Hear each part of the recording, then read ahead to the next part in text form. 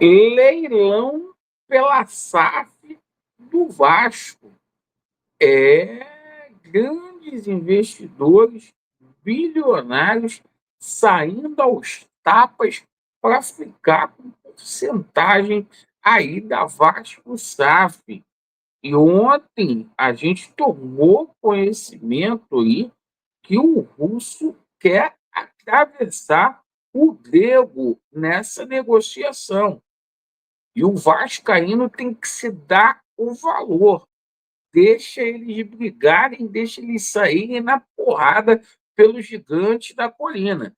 A gente vai explicar como que está essa situação e, claro, esclarecer de uma vez por todas essa situação do Marinatti, certo?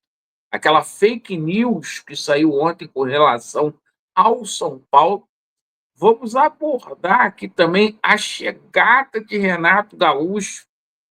A gente não pode cravar, mas o Renato, 95% de chance do Renato acertar agora de manhã, talvez lá por volta das 2 horas da tarde, 3 horas.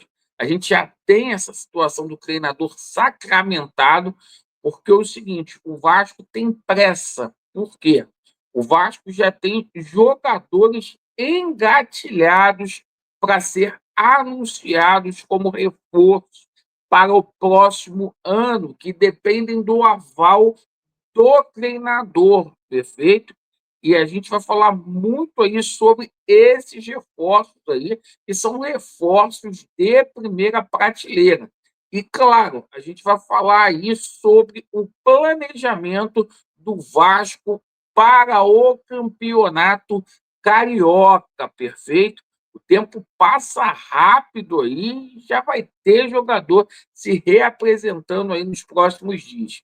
Eu peço a você, por favor, para colocar a atenção nesse vídeo, tá? Principalmente na hora que a gente falar do investidor e do treinador. Perfeito?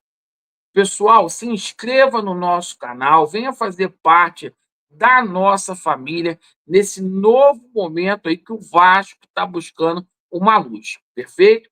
Vamos começar falando aqui sobre essa situação do planejamento pro campeonato carioca. A gente tomou conhecimento ontem que o Vasco vai jogar em 3 estados diferentes no campeonato carioca. Laureano, para que essa importância? Campeonato carioca não vale nada. Vale sim, vale e vale muito. Por quê? É um título que o Vasco não conquista desde 2016. O Vasco precisa voltar a ganhar campeonato carioca, sim. E o Vasco vai jogar com o Madureira em Manaus. Alô, Amazonas. Depois o Vasco vai jogar com Volta Redonda lá em Cariacica, no Espírito Santo. E vai ter jogo, vai ter clássico lá em Brasília contra a equipe do Fluminense.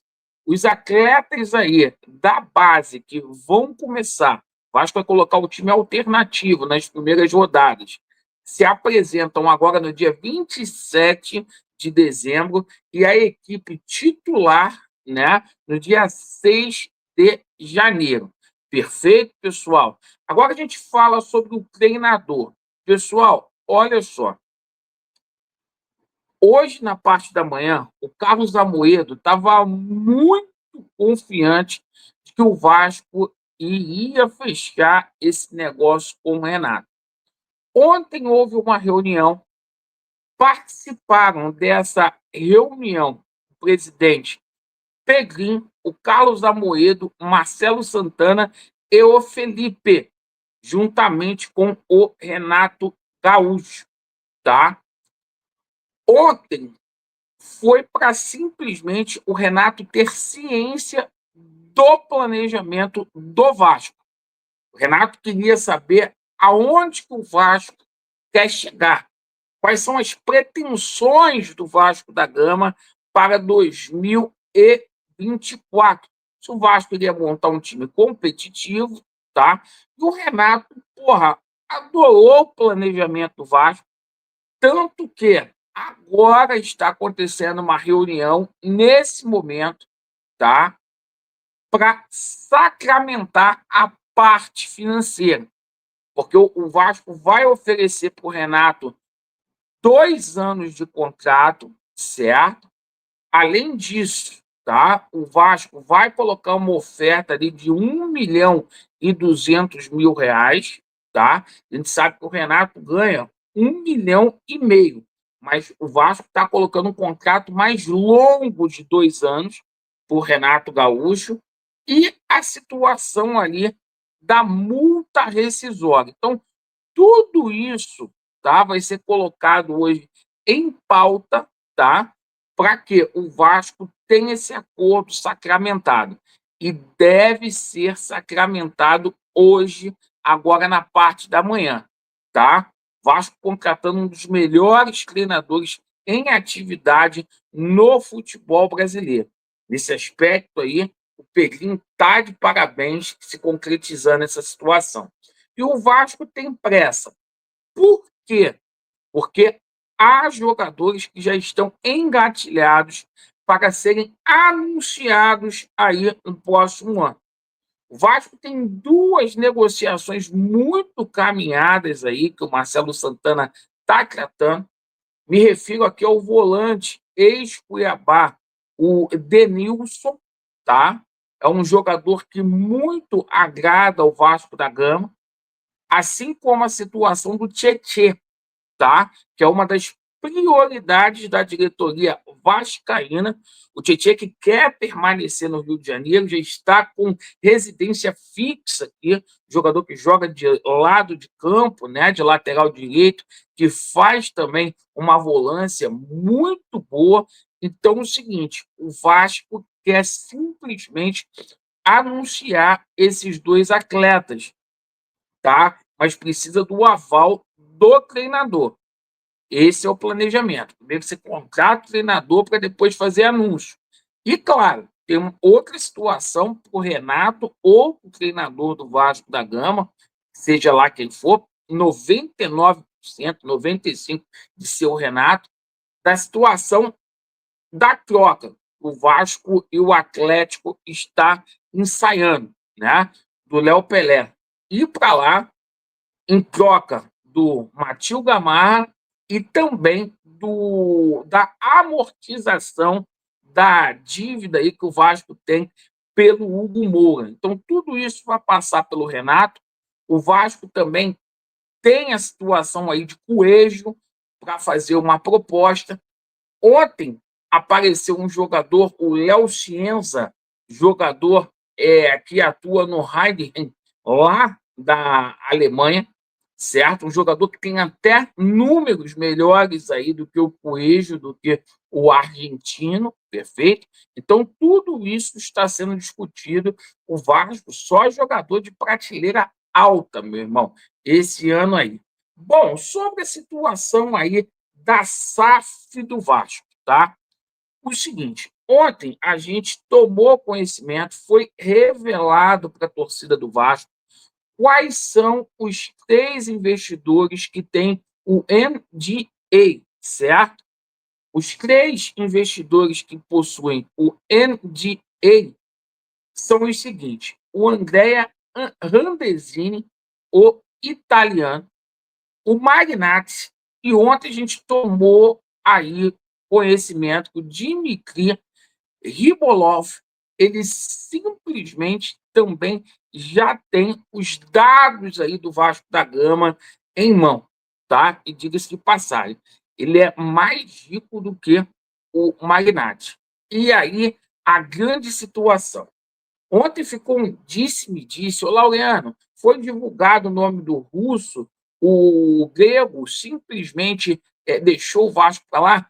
Não. Ontem o Júlio Casares veio a público, eu coloquei aqui na live de ontem, dizendo que a chance é zero do São Paulo se tornar SAF, que ele quer um investidor para investir na base do São Paulo, para investir em Cotia. Chance zero do São Paulo ser vendido. Perfeito? Agora, o vascaíno tem que se dar o valor. porque tem vários investidores aí, certo? A gente tem que dar o valor, porque o Vasco é maior do que qualquer um deles, certo? E assim, deixa eles saírem no pau para brigar pelo Vasco da Gama. Agora, a informação que o Magnati vem ao Brasil, o Edu Gaspar tem conversado aí com o Pedrinho. Só que esse grego aí, tá? Se ele demore, tem gente querendo atravessar ele, porque é o Vasco da Gama, certo? E esse russo aí, de 58 anos de idade, dono do Mônaco, do Bruges, né? O cara aí que tem uma fortuna, né? O cara simplesmente está ali no ramo ali do setor ali de fertilizante, um dos maiores produtores mundiais de potássio. Para você ter uma ideia, a riqueza do Magnati, a fortuna, 3,7 bilhões. Dele é 6 bilhões e meio. 6 bilhões e meio. É muita grana. O cara comprou uma casa aí do Donald Trump, do presidente dos Estados Unidos, na Flórida, a maior negociação imobiliária do mundo, da história, 95 milhões. Esse cara tem muito, muito dinheiro. Então, eu acho que o Vasco tem que se dar aí o valor, tá? A situação é a seguinte, gente, já está vendido, tá? Já está vendido. O Pedrinho vai vender, já está vendido. Resta saber para quem. Vasco tem boas opções aí, certo? Agora, eu, Alexandre, preferia que fosse o Grego, porque ele tem ali no futebol rodagem de bons sucessos ali. Já o russo já não tem assim tanto resultado bom, esportivamente falando. Mas você vê, o John Textor também não tinha ganhado nada, até comprar a SAF aqui do Botafogo. Não tinha ganho literalmente nada. Então é o seguinte, cara, as coisas tá acontecendo no Vasco, tá? Tá vendido, o Pedrinho vai vender, e a gente vai hoje conhecer o técnico do Vasco, que vai ser o Renato Gaúcho. Perfeito? Agradeço pela sua atenção. Vasco neles e a verdade prevalecerá. Valeu.